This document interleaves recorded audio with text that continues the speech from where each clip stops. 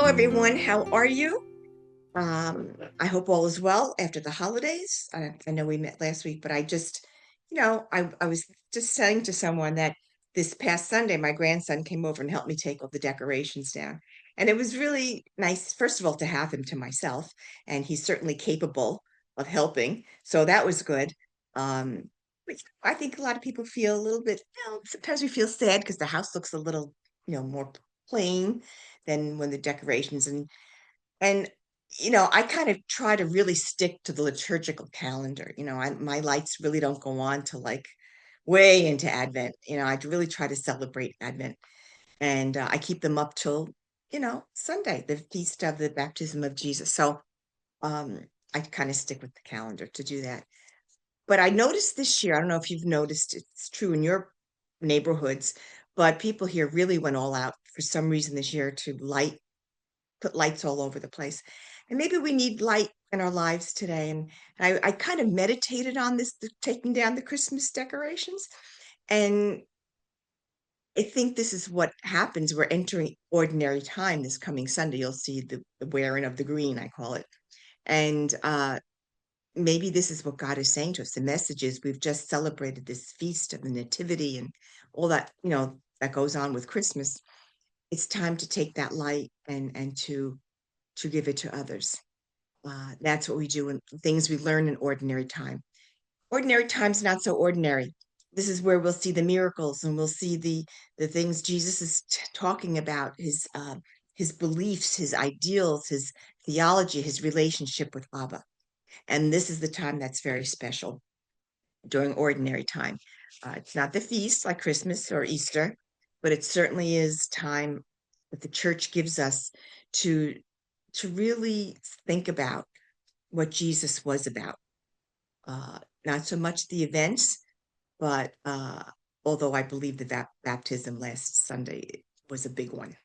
So, but we continue this week. We're still talking about a little bit Jesus right post baptism, and Jesus, depending which gospel you're reading, will go to the desert and be tempted for 40 days.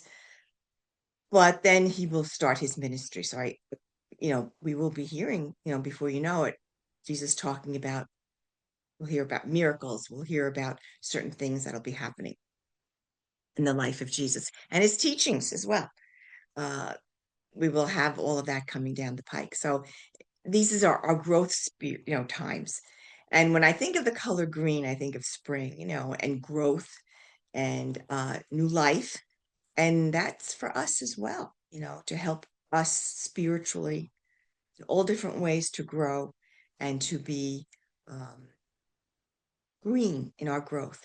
So this is what we're going to be hearing coming up these next weeks before Lent begins. So let's just take it and kind of savor it, what Jesus has to teach us. So this week, this coming Sunday, we're still hearing about Jesus again, as I said, post baptism of him. But this week, John the Baptist kind of takes a stage in that, not that, he was there so much as the fact that the role that John the Baptist played in salvation history. And what it really struck me this year about John the Baptist, and this time around, again, reading these readings, his humility. Nothing, no competition, just I know what I am to do. I am to introduce you to this Jesus who is greater than I. And I'm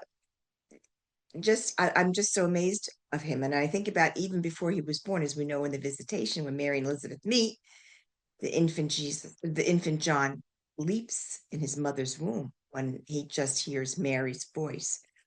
Knows. So these two men are close, even in utero, according to the scriptures. So there's something to be said about that relationship. I don't know if, or scripture doesn't tell us if they had a significant relationship as family relatives in Jesus's childhood. We don't know that, but they do know each other. There's no doubt about it. And John knows his role. And of course, when John um, goes into prison, really gets upset. So I would say, try to think about John the Baptist, and I think he's such a good role model for us. it's adults, but someone we can talk to the children about what he did and how significant. He's like the cover band, so to speak, before, or the introduction band before the big, big um, act comes on. But that's not John the Baptist. He's very sure of what he's supposed to do. He's okay with what he's supposed to do. And again, I think in this world of ours, for us to learn humility from John the Baptist and to realize what our role is, which makes me wonder, and I think it's something that we have to understand. We also have kind of this role in salvation history, in that not that the historical events are happening now, they've already happened, but to carry on that message between John the Baptist, between Mary, between Elizabeth, all of those folks who are aware of their roles. And how do we take that and help those we teach, and ourselves as well, to embrace these people? Simeon, Anna, all these people that we hear about who had their role in helping Jesus develop and grow in wisdom as he was getting ready for ministry. And here we are now with this gospel. It's time. So that would be the thing to think about this week. And also, we're going to be hearing about, well, read the second reading will be coming from the first letter of St. Paul to the Corinthians. And Corinth is a very nice town. I don't know if you've ever been to Greece. I happened to be there. And we actually had in what would have been the old antique Corinth, it was like the center of town where everybody went. It was the marketplace, and that's where St. Paul did a lot of his preaching. We actually had mass in that area, and the altar was like these stones. It was just really very beautiful. And when you read this letter to the Corinthians, Paul is concerned because they're becoming a divided group, and they're not really sticking to the teachings of Christianity. They're kind of torn between their Judaism, what was, and the Greeks, the Hellenistic thought, and paganism there. And he finds them, even though they are aware of Jesus, they're getting a little uh, falling back on ways that are not so healthy for their own spiritual growth in Christianity.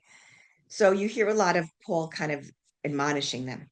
You can't be doing this. Some of their behavior was not so great.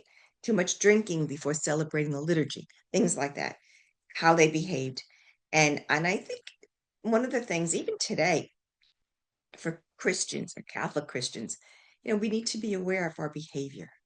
How do we care about each other? How do we talk to one another? How do we serve one another?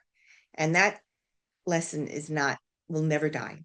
That's the basis, one of the basis of Christianity. So that's our challenge, and that's our challenge to teach our children and grandchildren. And one of the things I work with a group of older women who are grandmothers, and we meet once a month and we discuss these things about being grandparents. And they have concerns, legitimate concerns, but at the end of the day, everybody kind of agreed with, we have to show by example of what we do and help others to be the person God um, hopes they will be and God created us for. So I'm going to say, have a good week. When you're at Mass this Sunday, things will be kind of not so decorated, but it's a time for us to look inward, not to look on the outside of the decorations, but to look inward and see where my relationship with Christ is. This time, again, ordinary time gives us that opportunity. So have a good rest of the week. Have a good Sunday. Have a good Sabbath. And I'll see you next week. Take care. God bless.